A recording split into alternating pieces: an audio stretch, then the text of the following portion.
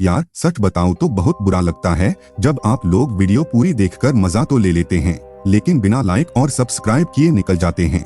एक recap video बनाने में दिन रात की मेहनत लगती है और आपका बस एक सब्सक्राइब और लाइक हमें अगली वीडियो बनाने का हौसला और हिम्मत देता है। तो अगर आपको हमारी मेहनत पसंद आती है तो प्लीज अभी चैनल को सब्सक्राइब करके बेल आइकॉन जरूर दबा दें। आइए अब शुरू करते हैं आज की जबरदस्त मूवी रिकैप। कहानी की शुरुआत डैन नाम के एक आदमी से होती है जो इस मूवी का मेन हीरो है। डैन एक कार शोरूम में काम करता है और उसके साथ काम करने वाले उससे बहुत खुश रहते हैं क्योंकि वो कस्टमर को लैम्बोर्गिनी बेचने में बहुत माहिर है। आज डैन की शादी की सालगिरह है, इसलिए वो फूलों का बुके लेकर घर पहुंचता है और अपनी पत्नी को एनिवर्सरी विश करता है। डैन इस घर में अपनी पत्नी, एक बेटी और एक छोटे बच्चे के साथ रहता है। डैन का बेटा अपनी बहन से कहता है कि वो दिन भर छोटे भाई का ख्याल रखे क्योंकि डैन अपनी पत्नी को लेकर बाहर जा रहा है। बेटा बताता है कि उसने अपने बाप की वजह से गेमिंग छोड़ दी थी लेकिन आज वो अपने दोस्त के घर जा रहा है, इसलिए बेटी छोटे भाई की जिम्मेदारी संभाल लेती है। यहाँ हमें पता चलता है कि दोनों बच्चे अपने बाप से बहुत सी बातें छुपाते हैं, जैसे कि बेटी ने अपने बॉयफ्रेंड की वजह से रिपोर्टिंग छोड़ दी थी और बेटा एक बहुत अच्छा और फेमस गेमर है जिसकी खबर उसके बाप को बिल्कुल नहीं है।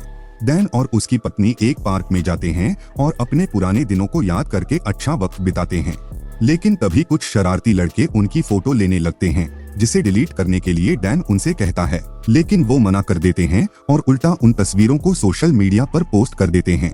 एक लड़का तो डैन पर अपनी ड्रिंक गिराकर उसकी बेइज्जती भी करता है। डैन कुछ नहीं बोलता और घर चला जाता है, लेकिन अंदर से वो बहुत दुखी होता है। अब आगे डैन इनके साथ क्या करता है यह जानने से पहले आपसे गुजारिश है कि चैनल को सब्सक्राइब और लाइक करना मत भूलना। और आपसे यह पूछना था कि मुझे अपने चैनल के लिए इंट्रो बनवाना है, क्या कोई सुझाव दे सकता है? कमेंट्स में जरूर बताना। अगले दिन डैन की पत्नी अपनी बॉक्सिंग क्लास में प्रैक्टिस कर रही होती है जहां वो अपनी कोच से मिलती है। दोनों के बीच दोस्ती हो जाती है। कोच उसे बताती है कि वो अपने बॉयफ्रेंड से बहुत परेशान है क्योंकि वो उसे छोड़कर चला गया है। डैन की पत्नी बताती है कि वो अपने परिवार और खास तौर पर अपने पति डैन से बहुत प्यार करती है, लेकिन वो थोड़ा अकेला महसूस करती है क्योंकि उसे घूमने का शौक है और डैन उसे कहीं लेकर नहीं जाता। लेकिन अब डैन की पत्नी ने इस बात से समझौता कर लिया है। इसी बीच डैन अपने छोटे बच्चे के साथ शॉपिंग करने मॉल पहुंचता है जहां एक आदमी उस पर हमला कर देता है, लेकिन डैन बहुत ही बहादुरी से उसका सामना करता है जैसे वो कोई मार्शल आर्टिस्ट, रेसलर या फाइटर हो और अपना और अपने बच्चे का बचाव करता है। घर पहुंचकर डैन एक छुपी हुई जगह से हथियार और कुछ पैसे निकालकर अपने बैग में रखता है। वो अपने घर वालों के सारे पासपोर्ट भी चेक करता है जो अब एक्सपायर्ड हो चुके हैं। फिर वो अपने दोस्त को कॉल करके बताता है कि उसने अपने और अपने परिवार के सारे आईडी कार्ड्स और फोटो डिलीट कर दिए हैं क्योंकि मैक नाम के आदमी को डैन के ठिकाने का पता चल गया है। असल में डैन कोई आम आदमी नहीं है, उसकी असली पहचान हमें जल्द ही पता चलने वाली है। फिलहाल डैन अपना सामान पैक करता है और एक चार्ट देखकर पता लगाता है कि उसके बच्चे और पत्नी कहाँ हैं। पहले डैन अपनी बेटी की क्लास में जाता है जहां उसे पता चलता है कि बेटी ने 3 महीने पहले ही रिपोर्टिंग छोड़ दी थी और अब वो दोस्तों के साथ वक्त गुजार रही है। डैन उसे डांटता है और पूछता है कि तेरा भाई कहाँ है। बेटी उसे बताती है और डैन को बेटी के गीले हाथों से समझ आ जाता है कि उसका बेटा भी उससे झूठ बोल रहा था और उसने भी गेमिंग नहीं छोड़ी है। लेकिन अभी डैन के पास ज्यादा वक्त नहीं होता, इसलिए वो अपने बच्चों को लेकर अपनी पत्नी के पास जाता है जो एक फिजियोथेरेपिस्ट है और अभी काम कर रही है। डैन उसे बताता है कि वो सब फैमिली ट्रिप पर जा रहे हैं। पहले तो पत्नी को यकीन नहीं होता क्योंकि डैन पहले कभी उन्हें घुमाने नहीं ले गया था, लेकिन फिर वो उस पर भरोसा करती है और खुशी खुशी साथ चल पड़ती है। डैन फिर अपने पूरे परिवार के साथ निकल जाता है। तभी उसे नजर आता है कि कुछ गुंडे उनका पीछा कर रहे हैं। वो चालाकी से कार मोड़ लेता है, लेकिन कुछ देर बाद गुंडे फिर उसके पीछे आ जाते हैं। डैन समझ जाता है कि गाड़ी में जरूर कोई ट्रैकर लगा है, इसलिए वो गाड़ी को एक गैराज की तरफ मोड़ता है। ट्रैकर निकालकर अपने दोस्त की गाड़ी में लगा देता है। इससे गुंडे भटक जाते हैं और डैन सेफ निकल जाता है। लेकिन रास्ते में डैन के घर वाले ऑनलाइन फोटो पोस्ट करने लगते हैं। ये देखकर डैन समझ जाता है कि मैक ने उन्हें इसी तरह ढूंढा होगा, इसलिए वो सबका फोन लेकर पुल के नीचे पानी में फेंक देता है। घर वाले इस बात से हैरान हो जाते हैं, लेकिन उन्हें नहीं पता कि डैन ऐसा क्यों कर रहा है क्योंकि उन्हें डैन के पास्ट अतीत के बारे में कुछ नहीं पता। असल में डैन पहले एक गवर्नमेंट एजेंट था और गुप्त मिशंस करता था। वो मैक नाम के आदमी के लिए भी काम करता था, जो डैन को जुर्म करने के लिए पैसे देता था। इसलिए डैन ने वो जिंदगी छोड़ दी और अपनी पहचान छुपाकर यहाँ अपने परिवार के साथ रहने लगा।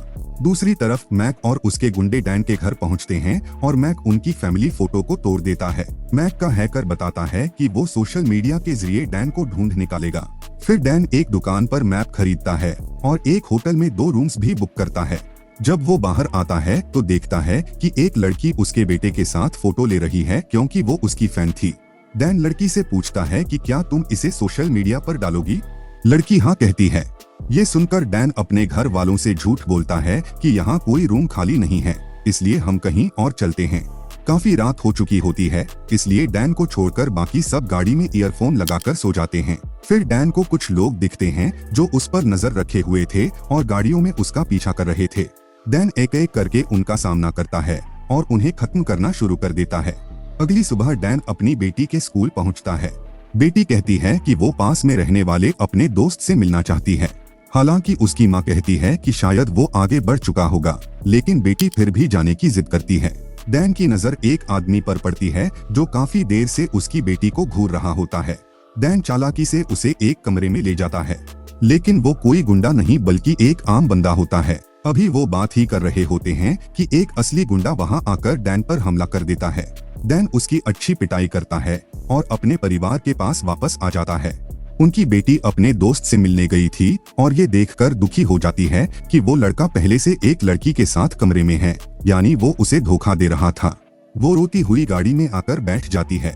डैन उसे देखता है और कहता है कि मैंने तुम्हें एक मूव सिखाया था ना, तुम सामने वाले को बिना चोट पहुंचाए भी दर्द दे सकती हो, तो तुम्हें भी वही करना चाहिए। अपने पिता की सलाह सुनकर वो वापस अपने दोस्त के कमरे में जाती है, वही ट्रिक आजमाती है और उसे खूब भला बुरा कहती है। ऐसा करने के बाद वो हल्का महसूस करती है और खुश होकर वापस आती है। डैन को सभी को खुश देखते हुए उसकी पत्नी कहती है कि डैन तुम सच में बहुत अच्छे इंसान हो। फिर पूरा परिवार दूसरे शहर के एक बड़े होटल में पहुंचता है। डैन बच्चों को रूम में रहने को कहता है और अपनी पत्नी के साथ कैसीनो चला जाता है। असल में डैन के दोस्त ने उनके परिवार के जरिए बहुत पैसा कमाया था।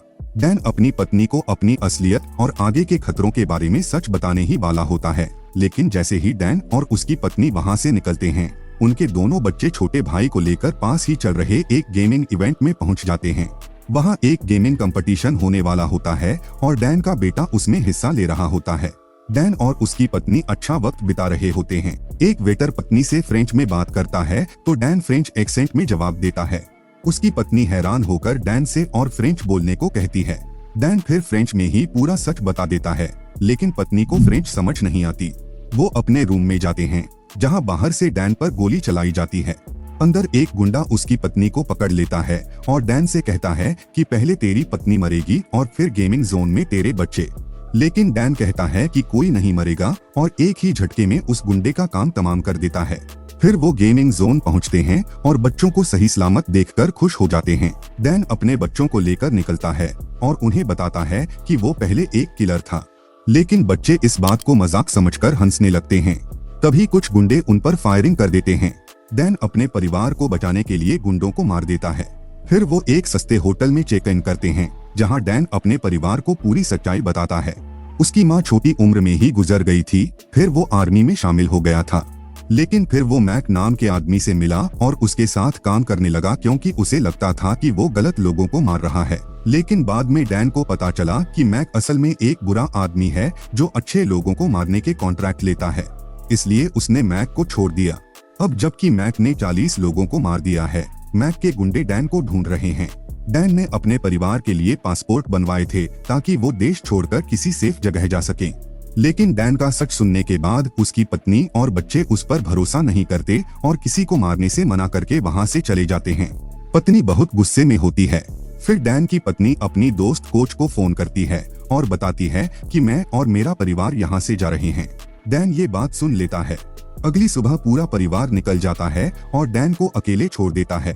डैन की पत्नी कोच से मिलती है जो उन्हें लेने के लिए एक प्राइवेट जेट लेकर आई होती है। डैन की पत्नी बताती है कि मेरा अपने पति से झगड़ा हो गया है। कोच जवाब देती है कि मैं यहाँ थी इसलिए आ गई, मेरे साथ भी उस पुराने दोस्त ने ऐसा ही किया था, वो मुझे एक दूसरी औरत के लिए छोड़कर चला गया था। फिर मैं उस लड़की से मिली ये पता करने के लिए कि उसने मुझे क्यों छोड़ा। आखिरकार मैं उससे मिली, उससे दोस्ती की और अब वो मेरे जाल में फंस चुकी है। ये सुनकर डैन की पत्नी समझ जाती है कि कोच उसी की बात कर रही है। उसे एहसास होता है कि डैन और कोच पुराने दोस्त थे। इसी बीच मैक भी वहां आ जाता है। इसका मतलब वो सब मैक के जाल में फंस चुके थे और ये सब उसी का प्लान था। फिर मैक डैन को कॉल करता है और कहता है कि तेरा पूरा परिवार हमारे पास है, अगर उनकी सलामती चाहता है तो दिए हुए एड्रेस पर आ जा। डैन अपने परिवार से बहुत प्यार करता है, इसलिए उन्हें बचाने के लिए मैक के दिए हुए एड्रेस पर पहुंच जाता है। मैक डैन से पूछता है कि कैसे हो मेरे बेटा। डैन जवाब देता है कि मैं ठीक हूँ डैड। ये सुनकर डैन का पूरा परिवार सदमे में आ जाता है। मैक फिर बताता है कि हाँ, ये मेरा बेटा है और मैं इसका बाप हूँ, यानी तुम लोगों का दादा, और ये मेरी बहू है। लेकिन फिर हमें पता चलता है कि डैन एक अच्छा इंसान था, जबकि उसका बाप मैक बहुत ही बुरा आदमी था। मैक डैन से कहता है कि तुमने उन सबको मार दिया जो तुम्हारे पीछे आए थे, लेकिन अगर अपने परिवार को बचाना चाहते हो तो वापस मेरे साथ काम पर लग जाओ। डैन अपने परिवार की खातिर हाँ कर देता है और उसके परिवार को छोड़ दिया जाता है।